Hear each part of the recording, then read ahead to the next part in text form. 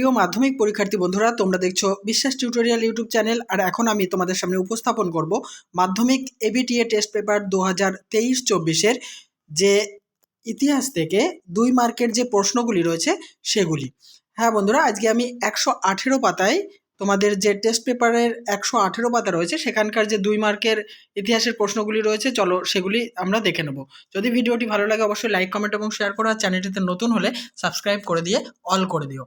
দেখো, প্রথম প্রশ্ন 3.1, আধুনিক ইতিহাস চর্চার ক্ষেত্রে ফটোগ্রাফির গুরুত্ব কি? উত্তর, আধুনিক ইতিহাস চর্চার ক্ষেত্রে ফটোগ্রাফি একটি গুরুত্বপূর্ণ ভূমিকা পালন করে। ঐতিহাসিকভাবে ফটোগ্রাফ বাস্তব ঘটনার একটি উদ্দেশ্যমূলক রেকর্ড প্রদান করে। উদাহরণস্বরূপ বলা যায়, গৃহযুদ্ধের ধ্বংসাত্মক এবং হলোকাস্টের ভয়াবহতা সম্পর্কে জনসাধারণের নিশ্চিত করার ক্ষেত্রে ফটোগ্রাফের ভূমিকা অনস্বীকার্য। এছাড়া 1971 সালে শরণার্থীদের দুর্দশার চিত্র আমরা ফটোগ্রাফির মাধ্যমে পাই। 3.2, আত্মজীবনীকে কিভাবে ইতিহাসের উপাদান হিসেবে ব্যবহার করা যাবে? উত্তর, আত্মজীবনীতে সমাজের নানা স্তরের মানুষের জীবনের বিভিন্ন ঘটনার উল্লেখ থাকে, যেগুলি তারা নিজের চোখে দেখেছেন। সেই ঘটনাগুলোর মাধ্যমে সমকালের ইতিহাস এবং সংস্কৃতি সম্পর্কে ধারণা লাভ করা যায়। এছাড়াও আত্মজীবনী থেকে তৎকালীন সমাজ, রাজনীতি এবং অর্থনীতি সংক্রান্ত বিষয় সম্পর্কে নিশ্চিত হওয়া যায়। নেক্সট, উডের ডেসপ্যাচ কি?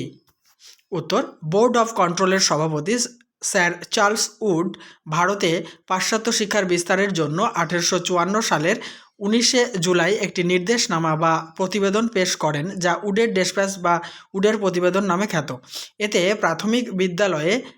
প্রাথমিক বিদ্যালয়গুলিতে স্থানীয় ভাষা ব্যবহার, উচ্চ বিদ্যালয়গুলিতে অ্যাংলো ভার্নাকুলার মাধ্যম ব্যবহার এবং কলেজ স্তরে ইংরেজি ভাষার চর্চার কথা বলা হয়। 3.4, কে কবে বেদান্ত কলেজ প্রতিষ্ঠা করেন?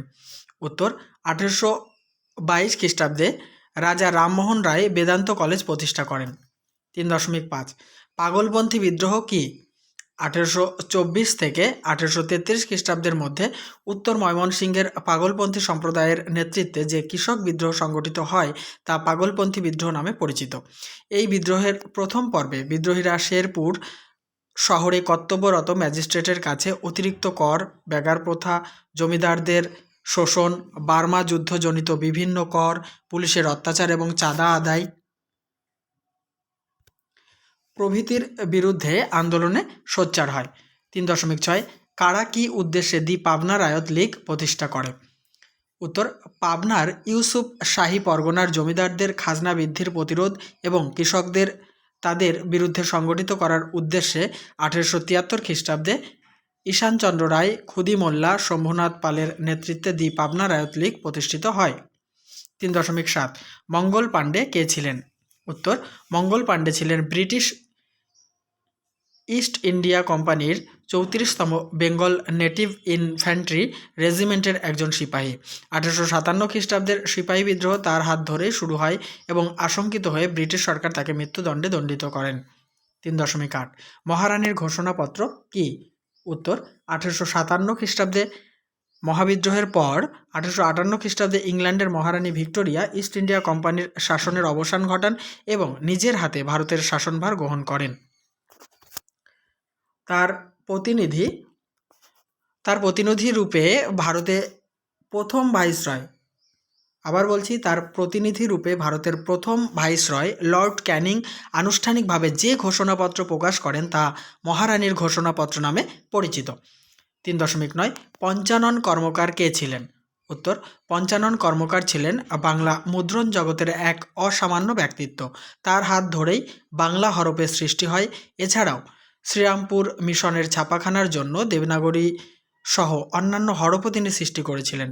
1793 খ্রিস্টাব্দে কর্নওয়ালিস কোডের বাংলা অনুবাদ ছাপার জন্য যে নতুন হরফ তৈরি হয় তা পঞ্চানন কর্মকারেরই কৃতিত্ব।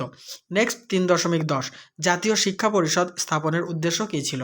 উত্তর, বঙ্গভঙ্গ আন্দোলনের সঙ্গে যুক্ত সরকারি স্কুল বা সরকারি শিক্ষা প্রতিষ্ঠান থেকে বহিষ্কৃত ছাত্রদের বিকল্প শিক্ষাদানের জন্য সত্যেন্দ্রনাথ ঠাকুরের সভাপতিত্বে এবং রাসবিহারী ঘোষ সহ 91 জন সদস্য নিয়ে 1906 খ্রিস্টাব্দে জাতীয় শিক্ষা পরিষদ গঠিত হয়। পরের প্রশ্ন 3.11, একা আন্দোলন কাদের নেতৃত্বে সংগঠিত হয়েছিল? কৃষকদের প্রধান শপথ কী ছিল? উত্তর, মাদারি পাশি বাবা গরিবদাস এবং যুক্ত প্রদেশের নিম্নবর্গের কৃষকদের নিয়ে একা আন্দোলন সংগঠিত হয়েছিল। এবার দেখো এই আন্দোলনে কৃষকদের শপথ কী ছিল সেটার উত্তর। এই আন্দোলনে কৃষকরা একতাবদ্ধভাবে থাকার শপথ গ্রহণের পাশাপাশি কৃষকরা আরও শপথ নেয় যে নির্ধারিত কর ছাড়া অতিরিক্ত 50% কর তারা দেবে না, রসিদ বা প্রমাণ ছাড়া কর দেবে না, বেগার শ্রম দান করবে না, জমি থেকে উৎখাত করলেও তারা জমি ছেড়ে কোথাও যাবে না। 3.12 বারদৌলি সত্যাগ্রহ কি? উত্তর, ঔপনিবেশিক সরকার কর্তৃক কৃষকদের উপর বর্ধিত কর আরোপের বিরুদ্ধে সর্দার বল্লভভাই প্যাটেলের নেতৃত্বে 1928 খ্রিস্টাব্দের 12 জুন বম্বে প্রেসিডেন্সিতে ধার্য করা 22% কর বাতিলের দাবিতে গুজরাটের বারদৌলিতে কৃষকেরা যে সত্যাগ্রহ করে তা বারদৌলি সত্যাগ্রহ নামে পরিচিত। দেখে নেব 3.13 নম্বরের প্রশ্ন এবং উত্তর। কাদের বিরুদ্ধে মিরাট ষড়যন্ত্র মামলা শুরু করা হয়? উত্তর, কমিউনিস্ট পার্টির কার্যকলাপ এবং তাদের নেতৃত্বে শ্রমিক আন্দোলনকে স্তব্ধ করার জন্য ব্রিটিশ সরকার 1929 সালে 33 জন কমিউনিস্ট শ্রমিক নেতাকে গ্রেপ্তার করে এবং তাদের বিরুদ্ধে মিরাট ষড়যন্ত্র মামলা দায়ের করে। 3.14 গান্ধী বুড়ি বিখ্যাত কেন? ভারতের স্বাধীনতা সংগ্রামী মাতঙ্গিনী হাজরা গান্ধী বুড়ি নামে পরিচিত। 144 ধারা অমান্য করে তমলুকের থানার দিকে একটি মিছিল নিয়ে এগিয়ে যাওয়ায় পুলিশ মাতঙ্গিনীর উপরে গুলি চালায়। এক হাতে শঙ্খ এবং এক হাতে জাতীয় পতাকা নিয়ে তিনি বীরের মতো ভূমিতে লুটিয়ে পড়েন। তাই ভারতীয় স্বাধীনতা সংগ্রামের ইতিহাসে মাতঙ্গিনী হাজরা বা গান্ধী বুড়ি স্মরণীয়। 3.15 এই প্রশ্ন আলোচনা করব। তার আগে বলি বন্ধুরা, অবশ্যই তোমরা জানো যে আমার এই চ্যানেলটি হ্যাক হয়ে যাওয়ার কারণে প্রায় 1150 ভিডিও, যা তোমাদের অত্যন্ত গুরুত্বপূর্ণ, সব ডিলিট হয়ে গেছে। আমি কোনো ক্রমে আমার চ্যানেলটি উদ্ধার করেছি, তো সেই ভিডিওগুলি এখনও ফিরে পাইনি, জানি না আদৌ পাবো কি না। 1 সপ্তাহের মধ্যে দেওয়ার কথা ছিল। তো যাই হোক, আমি আবার পুনরায় চেষ্টা করছি মাস 2-এর মধ্যে বা যত তাড়াতাড়ি সম্ভব টোটাল সিলেবাস বা অন্যান্য যা ছিল সমস্ত কিছু আমি তোমাদের সামনে তুলে ধরবো। তোমরা একটু যেভাবে আমাকে সাপোর্ট করে গেছো ওইভাবে দেখতে থাকো। লাইন অফ কন্ট্রোল কি? উত্তর, লাইন অফ কন্ট্রোল হলো নিয়ন্ত্রণ রেখা যা ভারত ও পাকিস্তানের মধ্যবর্তী সামরিক বাহিনী দ্বারা নিয়ন্ত্রিত পূর্বতন জম্মু কাশ্মীর দেশীয় রাজ্যের সীমানার মধ্যে অবস্থিত আন্তর্জাতিক সীমানা নির্ধারণকারী একটা রেখা। লাস্ট প্রশ্ন 3.16 উদ্বাস্তু সমস্যা কি? উত্তর, উদ্বাস্তু কথাটির অর্থ হলো বাস্তুহারা বা ভূমিহীন, যার কাছে নির্দিষ্ট ভিটে মাটি বা কোনো আশ্রয় নেই, তাদের উদ্বাস্তু বলা হয়। রাজনৈতিক কারণ, প্রাকৃতিক বিপর্যয়, শাসকের অত্যাচার প্রভৃতি কারণে মানুষকে অনেক সময় নিজের দেশ ছেড়ে অন্য দেশের শরণার্থীতে পরিণত হতে হয়। এরাই উদ্বাস্তু নামে পরিচিত। 1971 খ্রিস্টাব্দে দেশভাগের পর হাজার হাজার মানুষ পূর্ব পাকিস্তান বা বাংলাদেশ ছেড়ে ভারতে আশ্রয় নিলে এই সমস্যা সৃষ্টি হয়। তাহলে বন্ধুরা, এই আলোচনার সঙ্গে সঙ্গে আমি এই পর্বের ভিডিওটি সমাপ্ত করছি। খুব তাড়াতাড়ি পরের একটি নতুন ভিডিওর সঙ্গে তোমাদের সঙ্গে আমার দেখা হবে। দেখতে থাকো, সঙ্গে থাকো বিশ্বাস টিউটোরিয়াল ইউটিউব চ্যানেল। আর অবশ্যই ভিডিওতে লাইক, কমেন্ট এবং শেয়ার করো, আর বন্ধুদের মাঝে অবশ্যই শেয়ার করতে ভুলো না। আর নতুন হলে সাবস্ক্রাইব করে অল করে দাও।